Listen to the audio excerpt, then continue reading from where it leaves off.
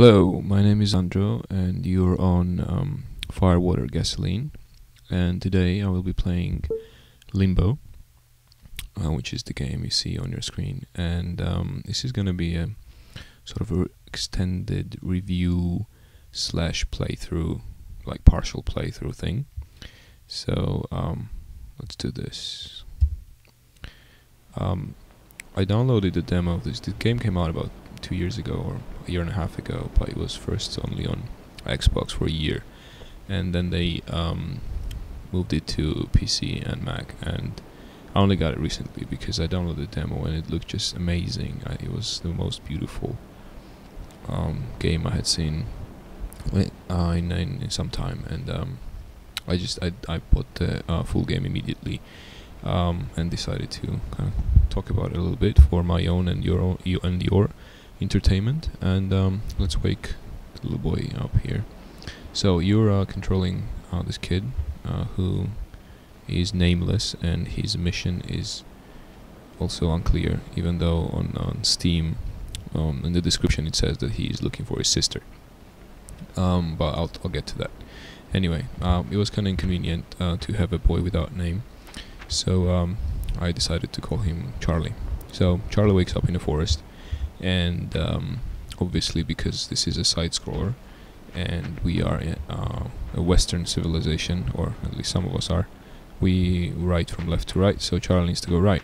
But if you do indeed go left first, then you can unlock a little achievement. There are like several, about 11 or 12 secrets or achievements hidden in the game, and you can unlock them by stepping on those glowing eggs. But anyway, I think visually and audially the game is very, very impressive. You might have noticed, if you haven't played this before, that there is no music at all. You just start and it's just forest. It's menacing, it's dark, there are only silhouettes, everything is black and white and grey. And controls are very, very simple. You just use your arrow keys, and in my case it's shift, but I mean you can just modify it and make it any key, which is an action key. So you got 4 direction keys and 1 action key. And look at there's the grass is also very, very beautiful, and it's like, and it always plays with this foreground background thing where only the things, and you can move the grass as well, only the things that you can interact with, like a ground you can walk with, is sharp and in focus, and everything else is kind of blurry. So there are very, very many ways you can die in this game, and one of them being like static traps sort of thing, like these spikes. Let me just show you how that works. It works kind of like that. Even though there is no blood, the game itself is very, very gory, which is, I think, is very exciting. And there's so many ways you can die in here. One of them being this, when you break your legs and spine. But anyway, let's move on. And this is basically the same levels as you get in the demo. I think there are 24 chapters in the game, and the first 3 chapters you can play for free. But what I've noticed, I just finished the game today, and what I've noticed is, this is also very beautiful, and what I've noticed is that after chapter 10, I think, the game just completely changes, and I hope that I'll be able to demonstrate that. It becomes much less than it could be, and than it was in the beginning, the first 10 chapters. As I said, the game is called Limbo. Kind of, I guess it's referring to the first circle of hell, which is reserved in Catholic mythology for people who were not really bad, but they kind of got caught up in bureaucracy and couldn't really be in heaven or purgatory. Anyway, so this is kind of reminiscent of crossing the river Styx in hell. And hence, I guess, that, like, you know, you're in limbo. It's all twilight and kind of foggy and unclear and so on. Charlie here is going to use his friend to climb up there. And you can see that like at first it begins as if you're in the forest and it's unclear whether like there are other people around. But when you see all these objects scattered around in the forest, then it becomes clear that there are other humans present, like the ropes, for example. Now it's going to be another human artifact, I think, but they don't really appear right away, and it's really nice. Like nothing really bad happens. There's some danger out there, but nothing really big. Actually, this is the bear traps or monster traps. Really, they're huge. Let me show you how he dies in this trap. It's pretty cool as well. There we go. And obviously you can die as many times as you like, and you just press a button and you can start again. Checkpoints are very well placed in the sense that you basically start at the same point you died. Not really. You can tell it's not the exact same point. It's like there's loads of checkpoints to make the gameplay more enjoyable, I guess, for less hardcore players. I'm one of them, actually. This is very nice as well.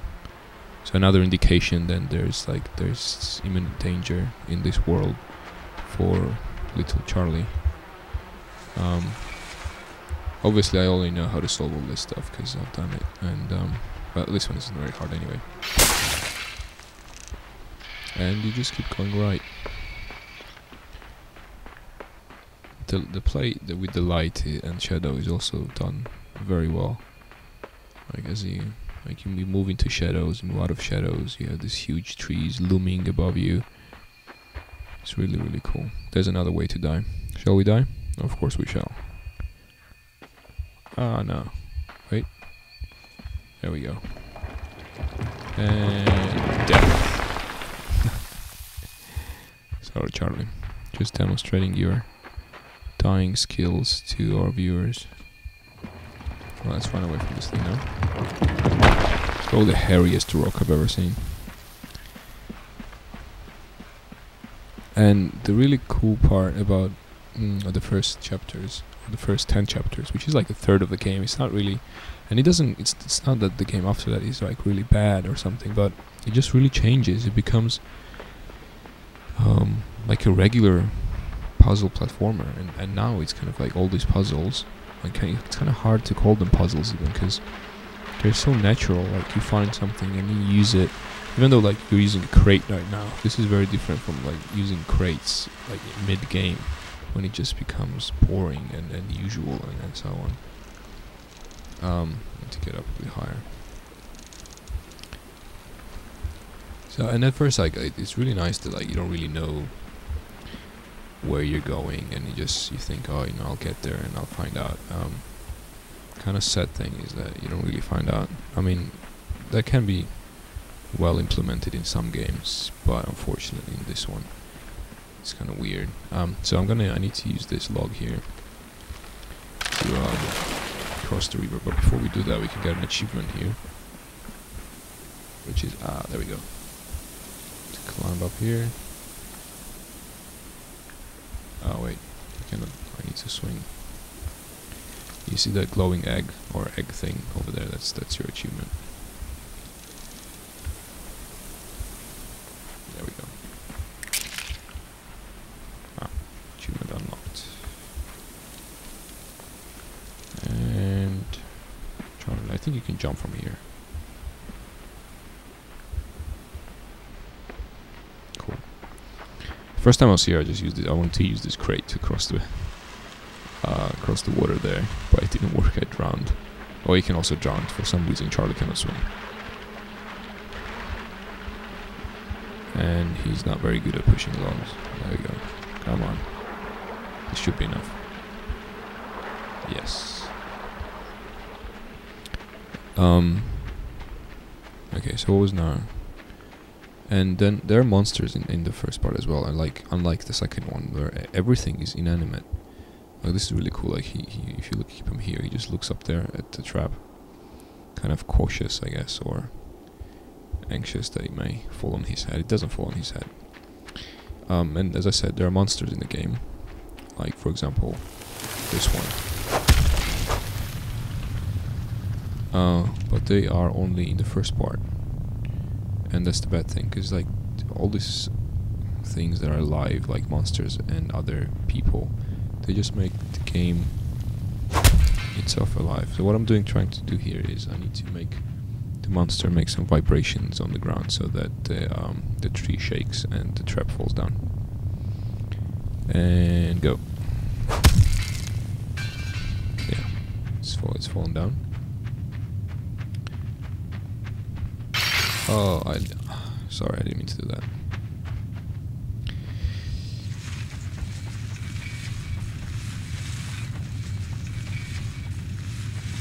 Sorry, there's a bit of lagging going on. If the video is of a not very good quality, I apologize now, because well, my computer isn't that good, and it gets even worse when I'm recording something. So don't try to watch this like full screen, because it's probably not going to be very, very enjoyable. So the third leg, right this way, sir. Right this way. Yes, thank you very much. And the monster walks off. Well, as you probably already guessed, he'll be back. Okay, what's here? Not much, we're just going down.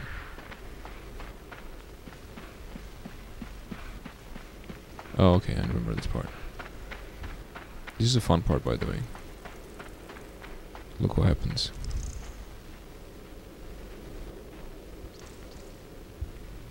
And we're stuck. And guess who's back? Isn't necessarily the same spider, but I'm sure he told others like what I did to him. So little Charlie's in trouble now. Well, he'll be alright. He's in good hands. See, this I saw. I mean, it's really, really cool. It's cool animation. It's a cool concept. In what other games does a giant spider wrap you up in cobwebs? Well, the game is not over yet, obviously. So what you'll need to do is kind of swing around and shake this thing off, and come on, and we're done. Now, obviously, we cannot walk anymore, but we can jump. See, there's nothing like this after the 10th chapter. It's just factories and cogs and levers and stuff. But this is original stuff.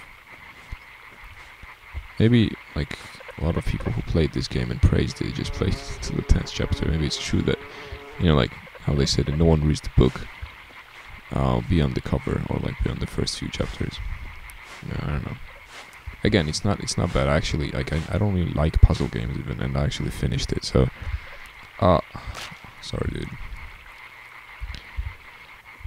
So, what I'm trying to say is that it's, even though it gets worse, it isn't. Why aren't you jumping? It isn't that bad. Let's try one time. There we go.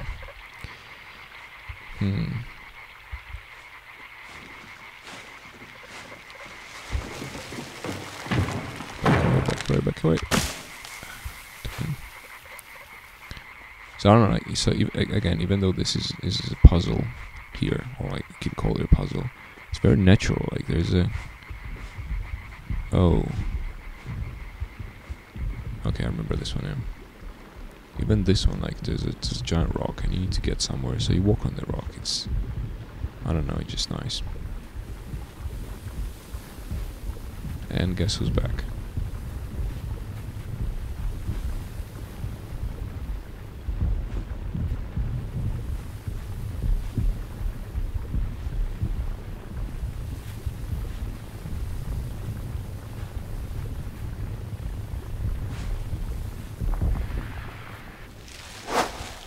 And we're free. Alright, come on, Charlie, get up.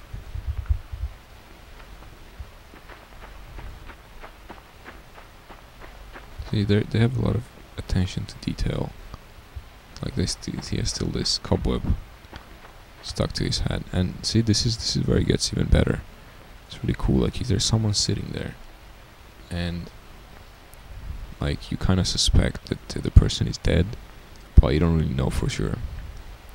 So Like you need to come closer and explore. And yeah, you see the hand just drops, and you realize that they're dead. And then they're actually, it's kind of like, you know, it's really disturbing, but at the same time very, very well done and very nice. How do you do this again?